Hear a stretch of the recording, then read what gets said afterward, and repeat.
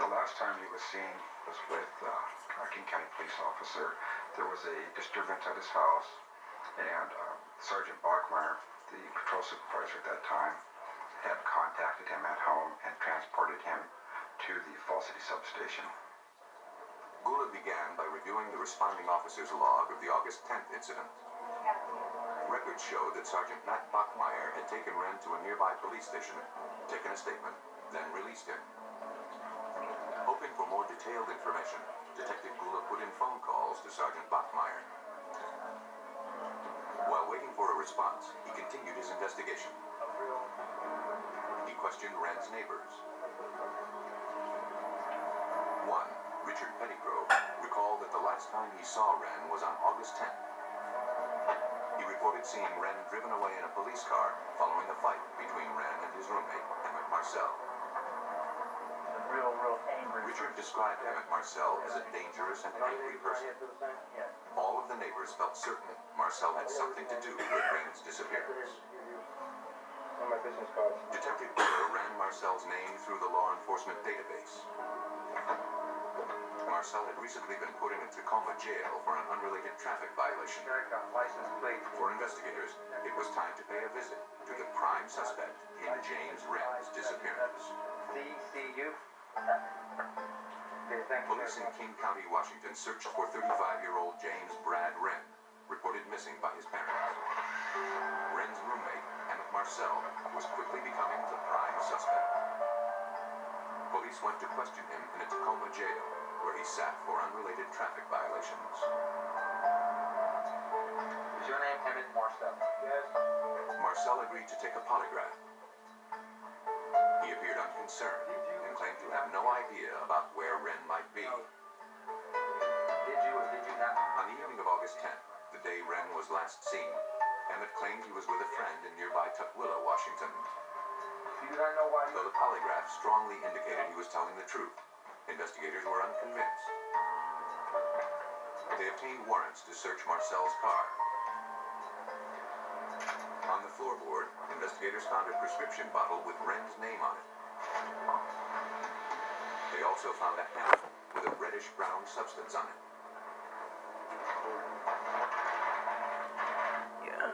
In the lab, samples of the reddish-brown flecks on the hammer were tested, but no conclusive results could be reached.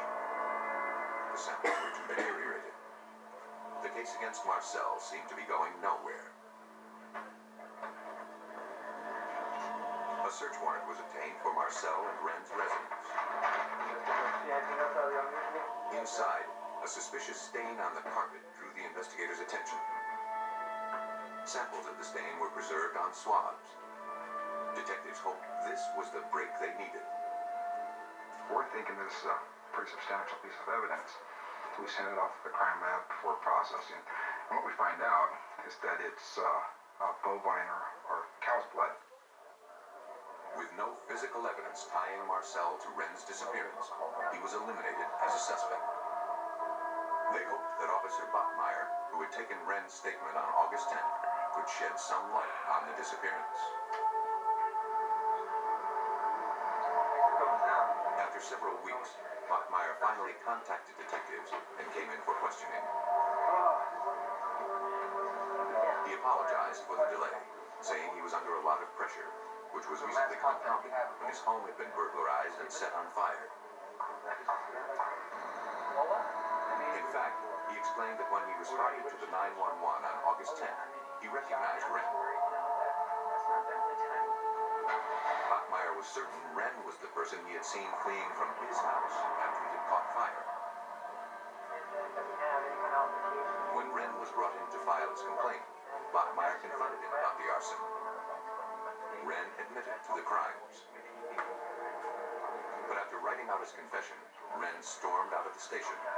For Detective Gula, Bachmeyer's story seemed odd. You know, people just don't storm off and walk out of the police station, especially when this person has just admitted to you to have burned your house down. Though it was unclear if Bachmeyer was involved in Wren's disappearance, investigators decided to take a closer look into the arson and burglary at his home.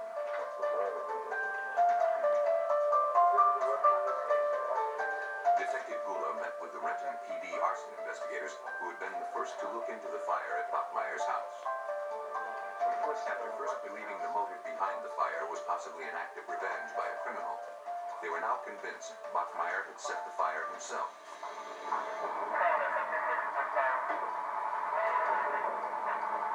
The arsonist had used flares stuck in plastic containers to start the blaze, a method that would give the perpetrator plenty of time to leave the scene before the fire actually caught.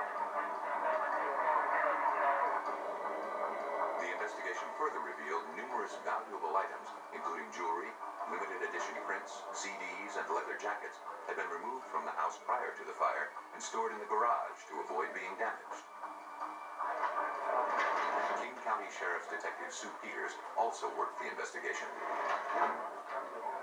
Basically, Renton police detectives were concerned and thought Bachmeyer possibly could be a suspect because one of the neighbor ladies had actually seen what she believed was Sergeant Bachmeyer leaving on his motorcycle in the middle of the night, and then several minutes later, his house is on fire. Due to all of the conflicting circumstances, Bachmeyer's insurance company had refused to pay his claim unless he took a polygraph, something he refused to do. He was stripped of his badge and gun and was suspended from the department. He was now the prime suspect in Wren's disappearance. But police had no motive and no body to suggest a crime had taken place. Investigators would have to outsmart a man who knew how to hide evidence. Your money, your stories. Brought to you by the Brinks prepaid MasterCard. Brinks is my go-to card because I just use it for everything. Respects the Ten Commandments as God laws, and who doesn't subscribe to the new morality is portrayed as some type of neurotic freak. Additionally, the third most commonly used profanity on television today is some form or combination of the word God. It is used in a disparaging, disgusting manner. The deterioration of this nation has set in. It is the effort of the powers of darkness to destroy it. And I want to touch tonight on that which I believe has brought and is bringing America to the crossroads. We've never been in more serious peril. We've never been on the horns of a dilemma as we are today in this nation. And yet I fear that we're fiddling while Rome burns. The media, through television, movies, With the Brink. has probably become the most powerful force in this United States. More powerful, more than likely, even than the powers that be in Washington and the governmental structure, the media. I want to show you tonight, in just a few moments, what this small group of men and women in New York City and Los Angeles, California, exactly who they are, what they represent, those that choose what television fare you watch, basically what type of news programming that comes over the networks, what type of movies are made, basically what goes into the magazines and most newspapers of this country, the media. Of 35-year-old James Brad Wren. According to Bachmeyer, Wren had confessed to torching and burglarizing the officer's home just before he disappeared.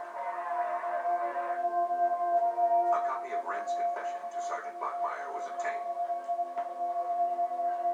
Each page bore Wren's signature. The statement and the signatures, however, appeared to be written in a different hand. But it was not unusual for an investigator to write out a story and have a suspect sign it. To be sure, the confession was sent to a handwriting expert. Examiners determined that the signature at the bottom of each page was in Wren's handwriting, while the statement itself was in Bachmeyer's. analysis revealed something more interesting. Though the entire statement was written in the same color ink, one type of pen had been used to write the first 2 pages, which pertained to Wren's complaint about Emmett Marcel. But pages 3, 4, and 5 had been written with a different pen. Those pages contained Wren's confession to the arson and burglary. For investigators, a clearer picture was beginning to emerge. It was my belief that Brad Wren was going to be used as the suspect of the arson, which he was, according to Sergeant Bachmeyer. And, you know, the case is really all tied together, that Sergeant Bachmeyer was becoming the focus of the arson of his own home, and so he needed to find someone that he could say set his house on fire to clear him. So he picked Brad Wren, who led a very simple life. Search warrants were obtained for the patrol car Sergeant Bachmeyer used on the evening of August 10th. Small reddish-brown stains were found on the back seat and armrest of the patrol car. The rear seat covering was removed. Investigators were shocked to discover a much bigger stain in the foam padding.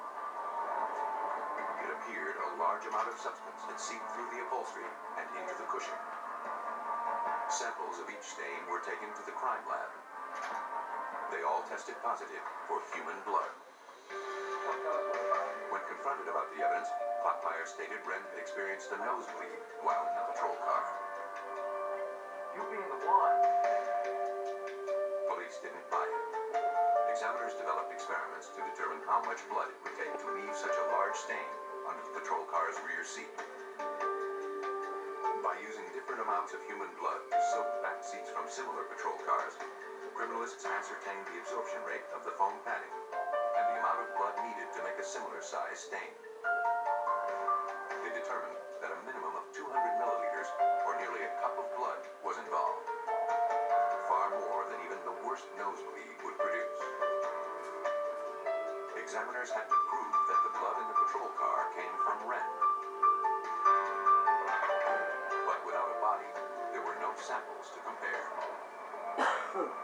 It fell to forensic chemist Kim Duddy to find a way around that problem.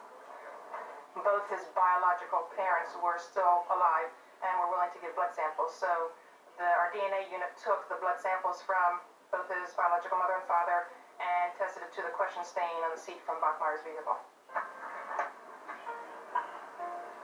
The DNA analysis showed that the blood from Bachmeyer's patrol car had come from the biological child of Rex and Shirley Wren. Even without a body, the evidence was now overwhelming that Sergeant Matt Bachmeyer was responsible for the murder of James Wren. The veteran police officer was arrested. If any doubt remained, it was cleared up on February 2nd, 1997, less than 3 months after Bachmeyer's arrest. Bone and clothing fragments were found near a secluded cul-de-sac in Cougar Mountain Park. Among the most identifiable pieces were a skull and a red, white, and blue cast. Keys to the gated park were found on Bachmeyer's keychain. Police believe that Sergeant Bachmeyer's scheme to make some easy cash by setting up a phony arson of his home backfired when his insurance company became suspicious. He needed to prove to them that criminal forces were out to get him.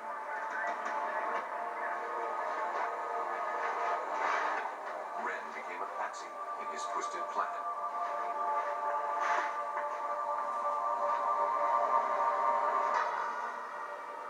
Sergeant Matt Bachmeyer was convicted of first-degree murder and sentenced to life without the possibility of parole.